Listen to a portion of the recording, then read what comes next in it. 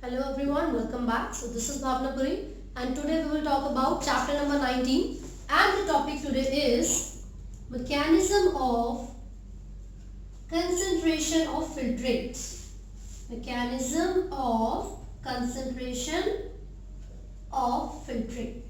So basically जब हमने functions पढ़े थे different parts of nephron के तो हमने ये भी देखा था कि जो डिफरेंट पार्ट्स हैं किस तरीके से वो एब्जॉर्प्शन में हेल्प करेंगे, यूरिन की फॉर्मेशन में हेल्प करेंगे और साथ ही साथ हमने ये पढ़ा था कि जो यूरिन प्रोड्यूस होता है ह्यूमन की बॉडी से एज अ नाइट्रोजीनियस वेस्ट वो कंसंट्रेटेड होता है, ठीक है।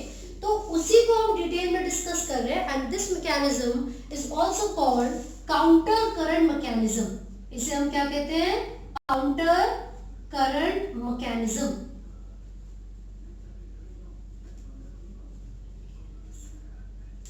ठीक है, तो देखते हैं किस तरीके से ये काउंटर करंट मैकेनिज्म नेफ्रॉन्स के अंदर ऑब्जर्व किया जाएगा। तो यहाँ पर देखिए हम मेडुलरी पिरामिड बना रहे हैं, this is the medullary pyramid और let's say this is the cortex region, this is the cortex region and this is the medullary region, medullary reason.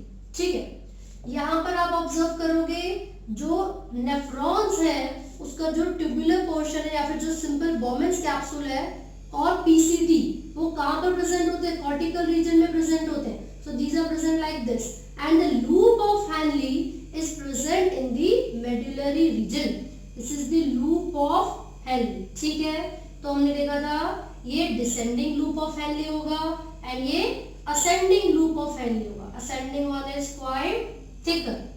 Then you will observe DCT, distal convoluted tubule at the collecting duct. So here we have drawn DCT. तो ये cortex region हो गया and then ये नीचे वाला medullary region. Similarly, I told you that this nephron is surrounded by a blood vessel, a capillary, which is a U-shaped blood vessel, जिसको हम vesa recta कहते हैं. तो let me draw the vesa recta here. आप देखोगे वैसा रेक्टा कुछ इस तरीके से like this. This is a U shaped blood vessel, right. But दो चीजें हमें यहाँ पर जाननी है, वो ये है कि लूप ऑफ हैनली में this one is the descending loop of Henle and this one is the ascending loop of Henle. Both these loop of Henle run opposite to each other, यानी कि डिसेंडिंग नीचे की direction में और ascending ऊपर की direction में run कर रहा है. So these are running in the opposite direction to each other and this forms the counter current. Similarly in vasa recta this is the descending limb and this one is the ascending limb. So these both limbs are also running in the opposite direction. इसीलिए यहाँ पर आप देखोगे कि वैसा रेक्टा भी counter current को represent कर रहा है और क्योंकि लूप ऑफ हैनली और वैसा रेक्टा दोनों भी एक दूसरे के ऑपोजिट डायरेक्शन में रन करेंगे तो क्या होगा? एक कंसंट्रेशन ग्रेडियंट यहाँ पर फॉर्म होगा. एज अ रिजल्ट ये जो यूरिन है उसको हम कंसंट्रेटेड बनाएंगे, जो फिल्ट्रेट है उसको कंसंट्रेटेड बनाएंगे and the entire mechanism is called counter current mechanism. अब वो कैसे काम करेगा देखिए. This is the interstitial fluid which has a lot of ions, specially Na+ and Cl-.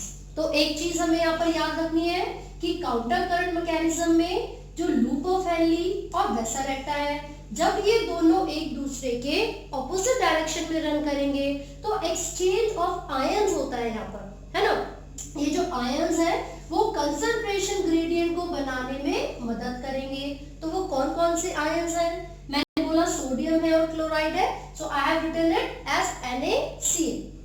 Along with NaCl, urea also performs a very important role in the concentration gradient.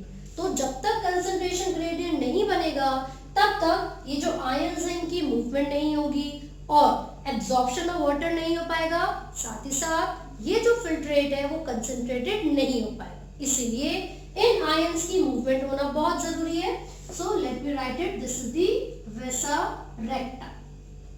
So what happens is यहाँ से ये जो U shape blood vessel आई थी, capillary आई थी, which is the vasa रेक्टा, वो कहां पर? इस लूप ऑफ हैनली के चारों चारों तरफ रन करती है, ठीक है। This vasa recta in the cortex region has the osmolarity of 300 osmol per liter और it may also be written as per kg. लेकिन जब हम इस कॉर्टेक्स रीजन से deep into the medullary region तक आएंगे, so you will observe the osmolarity to be 1200 osmol per litre. तो इसका मतलब ये हुआ कि यहाँ पर कंसंट्रेशन ग्रेडियंट वेरी कर रहा है। ये किस चीज की वजह से वेरी करेगा? This occurs due to the presence of NaCl and urea. So what happens is the NaCl यानी कि जो सोडियम क्लोराइड है, जब वो इसकी इंटरस्टिशियल फ्लूइड के अंदर प्रेजेंट होता है तो ये इंटरस्टिशियल फ्लूइड में सोडियम आयंस और क्लोरीन आयंस की फॉर्म में प्रेजेंट होगा, ठीक है। आप ये देखोगे कि यहाँ पर ये जो वैसा रेक्टा है, ठीक है, this is the descending vasa recta. What does it do? It absorbs the sodium and chloride ions from the interstitium fluid. Interstitium fluid से सोडियम और क्लोराइड आयंस को एब्जॉर्ब कर लिया जाता है। ये कब की बात हो रही है? जब वो ब्लड वेसल यानी कि वो वैसा रेक्टा डाउनवर्ड्स डायरेक्शन में रन करेगी, right. But as soon as it moves towards the cortical region, but जैसे ही वो cortex region की तरफ जाएगी, in order to maintain the concentration gradient, these sodium and chloride ions are released out again in the interstitium fluid. तो main role interstitial fluid का है और इन sodium chloride ions का है, जो कि कंसंट्रेशन ग्रेडियंट को मेंटेन करवाते हैं। इन्हीं के कंसंट्रेशन ग्रेडियंट की वजह से जितना भी यूरिया अगर ब्लड के अंदर प्रेजेंट होगा वो सारा का सारा इस फिल्ट्रेट के अंदर आ जाएगा और जितने भी एब्जॉर्ब करने वाली चीजें हैं जैसे कि ग्लूकोज है, अमीनो एसिड्स है, जो कि हमारी बॉडी के लिए काफी ज्यादा जरूरी है, वो वापस एब्जॉर्ब कर ली जाती है, ठीक है। तो अब देखिए क्या होगा, क्योंकि ये यहाँ पर प्रेजेंट है, मैंने बताया this vasa रेक्टा is running in the opposite direction and it is present around the loop of Henle, ठीक है। तो ये जो प्रोसेस मैंने बताया था it will be happening here only, ठीक है।